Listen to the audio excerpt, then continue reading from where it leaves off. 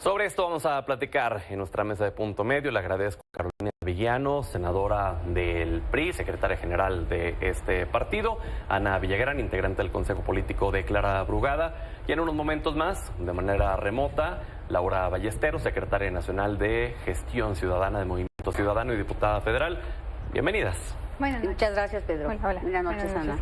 Carolina, el PRI decidió no votar en esta convocatoria que hoy se aprobó. ¿Por qué? Sí votamos, pero votamos en contra. Primero porque, hay que decirlo enfáticamente, no es una reforma de justicia. Es una mal reforma judicial. Nosotros creemos que hace falta hacer cosas para mejorar la justicia, pero esto no la mejora en ningún sentido. Porque te voy a poner un ejemplo. 99 de los delitos que se cometen nunca llegan a un juez. Es decir, no tiene que ver con un juez, tiene que ver con las fiscalías. Y las fiscalías no están en la reforma. Y también, debo decir, no están los defensores públicos, que son los que defienden a la gente pobre. No están es decir, no están los operadores de justicia. Entonces, no es una reforma más que judicial, administrativa, no va a solucionar el problema. No está el tema agrario, no está, eso no va a hacer que las mujeres que tienen hijos desaparecidos tengan justicia, porque no está poniendo el énfasis donde está el problema. Y además, no porque haya elección popular va a arreglar el problema de corrupción. Si hay corrupción, pues hay que denunciarla, y hay que castigarlos. Me parece que esta reforma vamos a perder dinero, porque va a costar. Vamos a perder tiempo que podíamos invertir en discutir una verdadera reforma que realmente ayude a todos, a los niños, a las mujeres, a los pobres, a los indígenas, porque esto no va a hacer que los indígenas que viven en las zonas rurales mejoren la justicia. El acceso a la justicia, ese es el problema. Esto es una vacilada y tampoco va a decidir el pueblo, O sea, quien va a decidir es un comité integrado por el Poder Judicial, Ejecutivo, Legislativo, ese es su filtro. Es el que va a validar. Y luego, esto empezó por una tómbola. Después será el comité. Y después irán a otra tómbola. Y luego los que salgan ahí, ya va a decir quién, van a una elección. Son 5,000 personas aproximadamente. Entonces, es muy difícil que la gente pueda definir en 25 urnas. Por ejemplo, aquí en la Ciudad de México, en un solo ejercicio que se hizo, pueda grabarse los nombres. Ya vamos a ver qué dice el INE.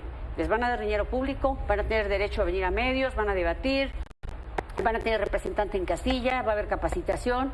Vamos a ver cómo lo resuelve. Ana, ¿qué opinas de esta convocatoria? A mí me parece que sin duda es un reto enorme porque es un proceso nuevo, pero es un proceso donde tan el pueblo llega y tan el pueblo elige, que son los ciudadanos libres, mexicanos y mexicanas, que van a poder lanzarse para esos cargos públicos. Tú apenas hace 5 minutos pusiste los requisitos que van a tener para poder lanzarse a esa convocatoria. La manera operativa administrativa en la que, por ejemplo, el Tribunal de Justicia Disciplinaria, estos cargos se están organizando para que se conforme, pues claro que es nuevo. Y sabemos que a la oposición no le gusta, porque obviamente la oposición no quiere que la gente libre, que ya votó, por ejemplo, en el 2024, vuelva a elegir para escoger el próximo año a sus jueces, a sus magistrados y a sus ministros.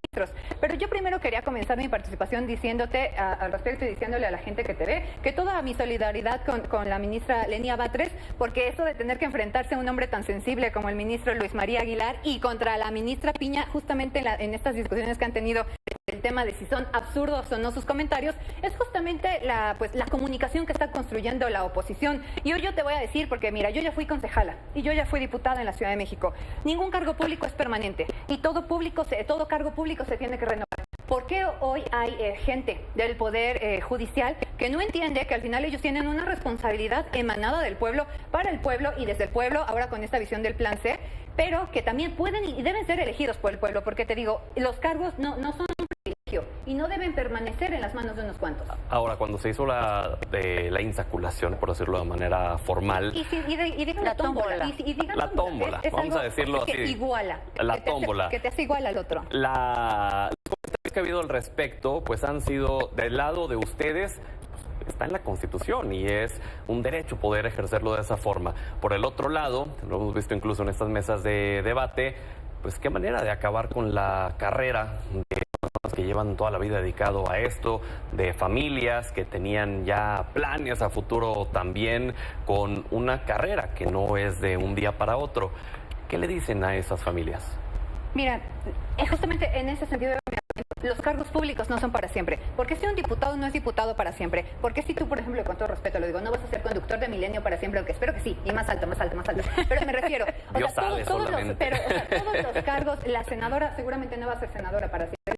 Públicos tienen, es algo finiquito. Las presidentas y los presidentes no son presidentes para siempre. Porque un juez y una ministra y todos estos cargos, un magistrado, van a ser magistrados para siempre. Es decir, sí se preparan. Y qué bueno. Pero entonces, ¿sabes qué? Yo me puse a reflexionar. Si no les gusta este método que iguala a los participantes mediante la tómbola, que yo no le veo nada de malo, y te lo digo porque yo ya estuve de ese lado, yo los critiqué muchísimo denigrándolos por el tema de la tómbola, pero cuando lo entiendes en términos de que es un igual, entiendes que cuando es en una tómbola, no solo es como por suerte, quizás es por destino, ¿no? Pero lo que voy, no hay ningún factor de privilegio que te obligue o que te permita quedar con ese cargo. Dame Pero, un momento nada más para poder continuar con la dinámica y luego regresamos de nuevo para el resto de los argumentos.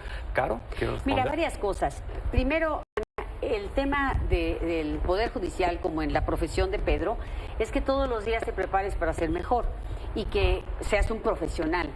La carrera judicial significa que eso, yo por ejemplo fui presidenta de un tribunal, empecé cosiendo expedientes, concursé para una plaza, luego concursé para otra y luego hice esa carrera que muchos están haciendo. No es posible que 30 años de servicio, 20 años de servicio, muchos más a veces, en una tómbola se van a la basura. Lo que sí necesitamos es que haya una carrera judicial. El Poder Judicial Federal tiene una carrera y la ha ido mejorando. Los poderes judiciales locales, quién sabe si la tengan. Tendrían que ser 32. Deberíamos hacer una sola. Imagínense que públicamente le hagamos examen, que lo puedan ver por internet y que vean qué capacidad tiene, qué temple y que sepan si una persona que es juez no tiene un comportamiento ético, pues hay que despedirla. Yo despedí a 2 jueces por corruptos e incluso uno de ellos me ganó un amparo porque es muy difícil comprobarles la corrupción, salvo que los agarres con las manos en la masa, como decimos coloquialmente. Claro. Pero lo que importa es que cada día seas mejor. Ahora, cuando dicen vamos a democratizar la justicia, responde a otra suerte el Poder Judicial. Responde a juzgar, a aplicar la ley. No corresponde, como decía la iniciativa, o dice la iniciativa que presentaron, a entender el tema pluricultural, a entender el tema ideológico. Eso no le toca a un juez. Oye, a nosotros sí nos toca eso. Ser populares no es un juez. Un juez aplica la ley y le puede caer gordo al que le va a aplicar la ley, evidentemente. Claro, Caro, estaba leyendo el comunicado que emitieron hoy más temprano, a las 5:08, en donde decían que no iban a firmar la apresurada convocatoria para la elección de juzgadores y ministros. Así dice.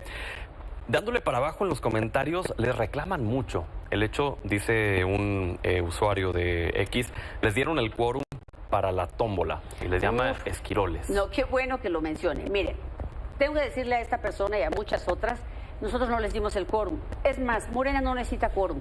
Tiene demasiados senadores, incluso 4, 2 del PRD que se llevó, que eran de la coalición nuestra, se llevó a uno que era igual de la coalición, que era del PAN, el mentado Yunes, y desafortunadamente retuvieron a otro de MC en Campeche. Así lograron la vez pasada ganar. No necesitan nuestro quórum, porque además no es quórum constitucional, es una ley ordinaria. Con la mayoría relativa es suficiente. Nosotros entramos a la sesión cuando ya habían iniciado la sesión. No lo pueden iniciar si no hay quórum, para empezar. Tiene que haber quórum para iniciar una sesión. Entramos porque iban a votar una cuestión que le agregaron, le modificaron a un acuerdo y entramos a votar en contra. Eso es todo. Y estuvimos presenciando el show que hicieron con la tómbola. Pero no participamos en ninguna otra cosa. O sea, cuando arrancó la sesión ya había el quórum. Nosotros hemos sido firmes ya. Por favor, reconózcanos una. Porque realmente es muy difícil luchar contra el sistema y que todo el día te estén diciendo no hay oposición y no hay oposición. Yo les diría, oye, tampoco hay ciudadanos que sean comprometidos y valientes y tampoco están atentos de lo que hacen sus juzgadores y tampoco están atentos de lo que hacen los legisladores y tampoco están atentos, Pedro, pues, de lo que les toca hacer y a veces hay medios también que no son independientes. Entonces, nosotros hacemos lo que hacemos. Entonces, al momento en el que ustedes entraron, lo que me dices es que ya había el quórum. Claro. Y ustedes ya no iban a hacer diferencia, digamos, en esa suma. Ni nos necesitan para acabar pronto. Okay. No nos necesitan. La gente no les dio la mayoría porque, insisto, corrompieron a 4 senadores. ¿Cómo puedes tú combatir la corrupción corrompiendo para comprar votos? Ok. Como lo hicieron en la Cámara de Diputados, con la sobrerepresentación. Todo eso es ilegítimo. Laura Ballesteros, te saludamos vía Zoom. ¿Qué opinas al respecto? Hola Pedro, ¿cómo están? Oigan, primero, muchísimas gracias por la paciencia, por poderme conectar en esta vía. Estuve tratando de salir de la zona de Polanco, 40 minutos nada más para llegar a Reforma. No quiero profundizar en esto, en realidad saben que soy una persona que se ha dedicado a la movilidad toda su vida y pues cada vez esta ciudad está peor. Habiendo dicho lo anterior, qué bueno que también podemos a través de estos medios digitales comunicarnos. Yo quisiera, primero, pues entrar sobre lo que dice mi compañera, la senadora Carolina Villar. ¿Cómo podemos normalizar un proceso democrático en donde el Poder Ejecutivo está tomando al Poder Legislativo, perdón, al Poder Judicial tomando al Poder Legislativo, cuando primero las autoridades electorales de manera ilegal otorgaron una sobrerepresentación tanto en diputados como en senadores? Es decir, ¿qué está sucediendo? No hubiera pasado si la burocracia electoral no se los hubiera otorgado de manera facciosa y ilegal. Número 2, es decir, por eso este proceso es ilegal, digo, de facto, ¿no? Más allá del fondo, que además no podemos discutir, ahí están los argumentos. Número 2, si fuera lo que el pueblo dijo y lo que el pueblo votó, ¿por qué tuvieron que comprar a 2 diputados del PRD, a un diputado del PAN y haberle coaccionado su voto y su libertad a un diputado del Movimiento Ciudadano, capturando a su padre en su estado natal para que no pudiera votar? Estos casos los estamos denunciando desde Movimiento Ciudadano en la Comisión Interamericana y en la Corte Interamericana de Derechos Humanos para que emitan una postura y una sanción y una sentencia, porque ¿qué le espera a este país para construir sus procesos legislativos, ejecutivos y judiciales cuando hay esta coacción y este uso faccioso del poder por parte del Ejecutivo y por parte también del Estado mexicano y en manos de Morena? Habiendo dicho lo anterior, pues la tómbola es de risa por sí sola.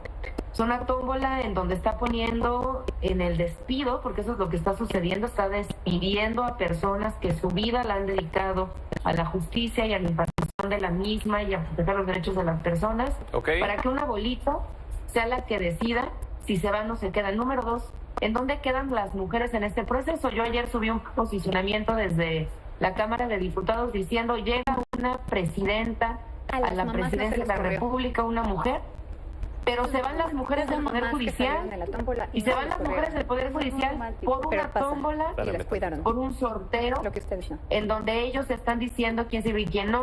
Romper los techos de cristal para estas mujeres fue dificilísimo de hacer y hoy con una pelotita les están diciendo que se van y que no pueden continuar con lo mismo. A mí me parece muy complicado de comprender y ojalá que esta misma mayoría sea capaz de explicarle a su presidenta cómo están dejando a las mujeres fuera y cómo, si llega una, no llegaron todas. Dame un momento, Laura. Ana, ¿quieres responder algo? Pues es que Laura, desafortunadamente... Hola, mi Laura. Primero te mando un beso. Hubiera llegado en bicicleta. Pero bueno, la otra decirte, seguramente no viste la declaración de Ernestina Godoy, pero ella lo dijo hace 2 días en la mañanera de nuestra presidenta Claudia Sheinbaum. Hubo en esta tómbola, en este buen ejercicio ciudadano donde se igualan con la tómbola, con esta bolita que tú señalas, salieron cargos con mujeres que tienen a su cargo hijos, es decir, que están catalogadas como madres de familia, algunas solteras, algunas sí cabezas de familia, y ellas no participaron en la tómbola, aunque salió su pelota, aunque salió su nombre, aunque salió, digamos, su lugar en el Poder Judicial, ellas fueron apartadas. Entonces, Ernestina Godoy lo dijo, las madres de familia fueron prioridad en el desarrollo de la tómbola. Entonces, me parece que no solo hay que ver pues nuestras propias redes sociales, hay que observar lo que dicen en las mañaneras del pueblo, porque pues es ahí donde informan la verdad. Y la tómbola, solamente para cerrar esto, no es un proceso que denigra, no es un proceso, porque aquí solo estamos escuchando comentarios clasistas. El proceso de la tómbola iguala a quienes participan, y realmente si quisieran que los cargos quedaran como estaban, hubieran entonces revisado el perfil de todas las posiciones para ver realmente cuáles fueron sus resultados. Iban a ver que probablemente se hubieran ido más del doble de los que hoy, porque hubieran revisado las sentencias, hubieran revisado a cuánta gente le han fallado, hubieran revisado cuántos años se han ido. ¿Conocen algún juez pobre? Que los están eliminando con una tómbola. A ver, hablemos una a la vez, por favor, porque si no nos entiende, concluimos y luego vamos contigo. El tema de por favor, rápido. El proceso de la tómbola es un proceso democrático que te iguala, se cuidan a las mujeres, y el Poder Judicial se tiene que cambiar como se cambia cualquier cargo público. Adelante, Carolina. Mira, yo te quiero decir que esto de las mamás, por supuesto, lo reconozco, pero es un asunto muy romántico. Necesitamos la paridad plena, completamente. Realmente eso, cuando se hacen los cambios en el Poder Judicial, se toman en cuenta todas esas cosas, siempre. Por eso existe una planeación judicial, disciplina y todas esas cuestiones. El Tribunal de Disciplina es inquisidor, realmente. Yo creo que sí necesitamos una carrera judicial, necesitamos transparencia en lo que hacen. Muchas veces un juez, el reto de esta etapa es que hoy hay oralidad y tienen que resolver en ese juicio oral rápidamente la situación jurídica del inculpado. Entonces, esa parte es muy complicada. Lo que más le resuena a la gente es el tema delictivo. Y ahí es donde está el problema que te decía. Si solamente uno de cada 100 delitos llega a las manos de un juez, ¿dónde está el problema? En las 99 que se queda la fiscalía.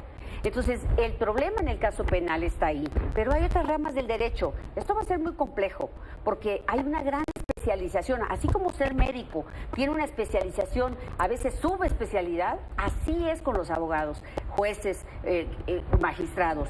A veces son cajas, decenas de cajas las que tienen que leer para resolver un expediente. Y lo resuelven mal. Pero estoy hablando yo, Ana. Y luego, a mí me molesta mucho esto que siempre sacan los morenistas de clasistas. Mira, yo soy una mujer blanca, porque mi familia, y eso también les molesta. O sea, yo tengo un prototipo de mi mestizaje y del que me siento orgullosa, ¿no? Este país recibió a mi abuelo migrante, entonces me parece que si visto de un color, si me arreglo de un color, eso es clasista. Yo también tengo derecho a ser yo y como quiera. Eso me molesta que hablen de clasismo. Igualar lo desigual. Senadora, en mi defensa, yo no la saqué por ser blanca. No, pero digo es un discurso general. Clasista, contenido clasista. Pero siempre usted es guapísima. Adelante. Muchas gracias. Mira, siempre no puedes igualar lo desigual. Ahora, tú tienes que escoger a una persona que va a juzgar, que es un acto verdaderamente importante, sublime, o sea, juzgar a otro ser humano. No puede hacerlo cualquiera, tiene que ser una gente que tenga autoridad moral, que tenga ética, que esté preparado. No, es que a ver quién sale en la tómbola. 3 años de tener, cuando alguien tiene 20 años, ¿sabes cuántos años se lleva alguien para ser juez? Muchísimos años, 3 años. La recomendación de unos vecinos, imagínate, eso me parece denigrante, me parece verdaderamente una ofensa para los juzgadores. Laura, vamos contigo y terminamos. Se nos fue el tiempo volando, caray. Se nos fue el tiempo volando y ojalá hubiera sido en persona. Disculpa, a ver, primero, yo escuchaba ayer, por ejemplo, en el Pleno, estas discusiones, cuando escuchaba a Morena, sobre el mismo artículo, dar ciertas sentencias y también argumentos a favor del mismo. Luego veía el PRI o el PAN lo mismo. Y nosotros decíamos desde Movimiento Ciudadano, que hemos sido siempre la tercera vía, es el mismo artículo y están diciendo dos cosas completamente distintas. Eso es lo que va a pasar cuando se firmen sentencias, porque los juzgadores, firmadores de sentencias van a ser militantes de Morena. Entonces, no se trata nada más de saber leer la ley, se trata de interpretarla, porque eso es el ejercicio jurídico de cualquier poder judicial. Van a tener los lentes guindas sobre la aplicación de la ley. Y lo vieron, o sea, no estamos nosotros vaticinando sobre el futuro, lo vieron en el Congreso. A mí lo que más me preocupa hoy es, primero, que quien hoy vaya a firmar la sentencia de cualquier persona en este país van a ser políticos profesionales de Morena, no abogados de carrera del Poder Judicial. Y número 2, la indefensión en la que dejan a las mujeres, porque me van a perdonar. Por el artículo 500 no asegura que este comité de evaluación vaya a poner a la paridad de género por encima de las otras selecciones. Se les caigan las bolitas en medio de la selección. Ni siquiera se esperaron tener una ley para poder regular el sorteo que estaban teniendo. Ni siquiera se esperaron también para hacer listas por estado en lugar de hacer una lista nacional como las votaron. Esto a todas luces también es contradictible. Y yo les digo una cosa, desde Movimiento Ciudadano emprendimos ya dos instancias legales. La primera, vamos a ampliar el amparo que tu servidora presentó, en donde vamos también a controvertir y a poner una suspensión sobre este proceso de la tómbola. Y número 2, acabamos de meter una acción de inconstitucionalidad desde Movimiento Ciudadano para poder también revertir la reforma judicial. Claro. Esto no le va a garantizar más gente, esto le va a garantizar la justicia a un partido político. Pues muy bien, gracias Laura, gracias Ana, gracias Carolina. Gracias, Pedro. Nos vemos la siguiente semana, vamos a la pausa, regresamos.